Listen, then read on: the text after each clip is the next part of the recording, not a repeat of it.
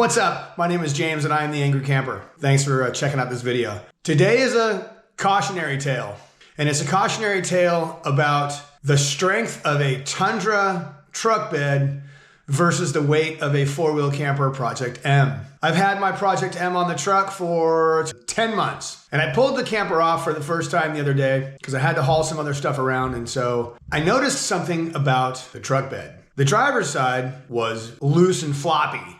That's about the only way I can really describe it.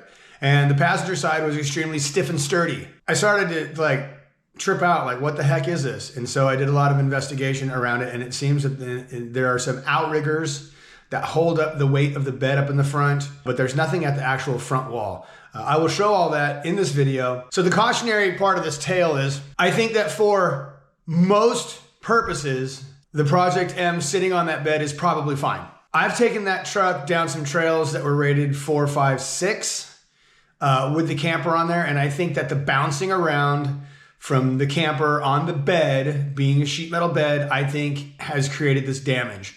I don't think in normal situations, going just regular driving, I don't, and I can't say because I don't freaking know. I think that it'd probably be fine in normal situations,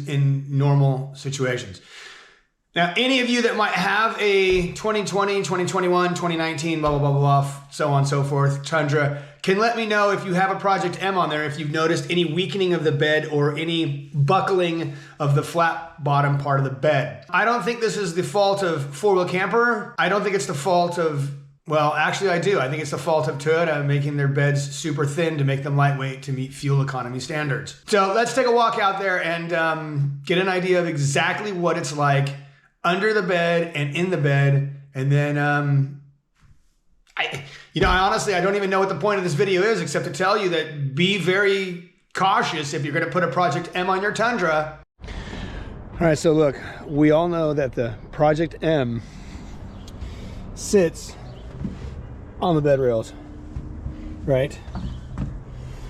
And that's where the majority of the weight hangs, is on the bed rails. Now,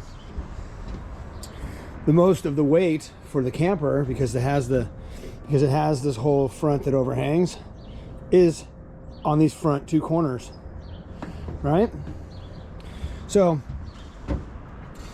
this bed is made out of obviously sheet metal, and so this side is pretty solid. But I noticed when I took the camper off for the first time that this side is weak and it flexes. Now, I'm going to show you two things, and you're not going to be able to pick it up on camera, but I'm going to do it anyways.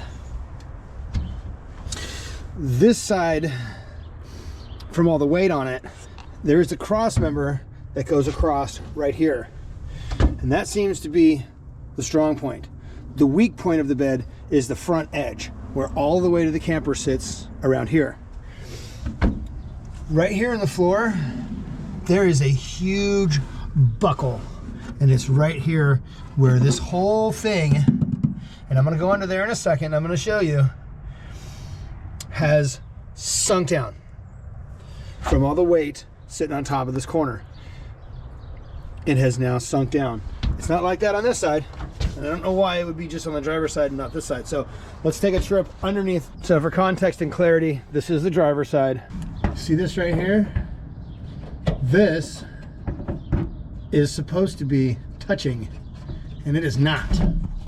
This whole panel here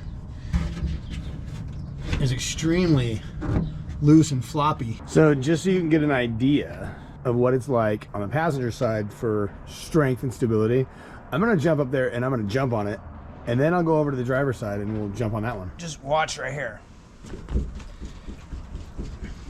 220 pounds. Now, here's this side. Okay, so that's a pretty big difference. So I think in conclusion to this story, I think putting a Project M on the bed rails of a Tundra and then taking it off-roading into some of the more extreme trails is a no-go. Now, I think I've formulated a plan that I'm going to implement with putting some support brackets underneath the bed with some plate steel, but I think that's the best I'm going to be able to do. But I would not, under any circumstances, recommend taking a Project M on a Tundra out of the backcountry where there's rocks, boulders, and you're 4x-ing over stuff, because these beds are weak and cheap. Anyways, thanks for watching. Take heed, I guess, and if you have a similar experience, please drop something in the comments. I'd like to hear your story of your bed and how it has held up with a Project M on it, or a Go Fast camper, or a Super Pacific, or any of these kind of things.